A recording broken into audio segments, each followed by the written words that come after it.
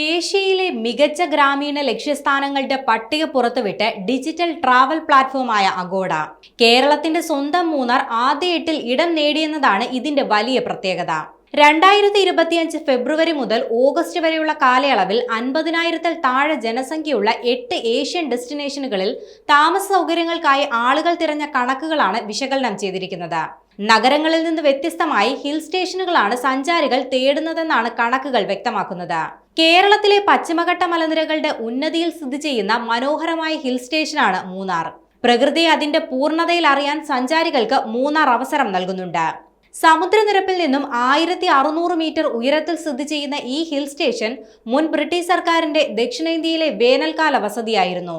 പച്ചപുതച്ച തേയിലത്തോട്ടങ്ങൾ, കുന്നുകൾക്ക് മുകളിൽ പരവതാനി വിരിച്ച പോലെ കാണപ്പെടുന്ന തണുത്ത മൂടൽമഞ്ഞ്, സുഗന്ധവ്യഞ്ജന തോട്ടങ്ങൾക്കിടയിലൂടെയുള്ള വളഞ്ഞുപുളഞ്ഞ പാതകൾ എന്നിവ മൂന്നാറിനെ ഒരു സ്വപ്ന ഭൂമിയാക്കി മാറ്റുന്നുണ്ട്.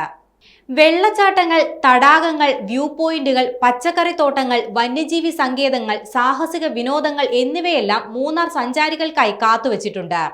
വനങ്ങളും പുൽമേടുകളുമെല്ലാം ധാരാളം കാണപ്പെടുന്ന ഇവിടെ 12 വർഷത്തിലൊരിക്കൽ പൂക്കുന്ന നീലക്കുറിഞ്ഞി എന്ന അപൂർവ സസ്യജാലത്തെയും കാണാൻ സാധിക്കും. ദക്ഷിണേന്ത്യയിലെ ഏറ്റവും വലിയ കൊടുമുടിയായ ആനമുടി സ്ഥിതി ചെയ്യുന്നത് മൂന്നാറിലാണ്. 2695 മീറ്ററിലധികം ഉയരമുള്ള ആനമുടിയിലേക്കുള്ള ട്രക്കിംഗ് മറക്കാനാവാത്ത ഓർമ്മകൾ സഞ്ചാരികൾക്ക് സമ്മാനിക്കും.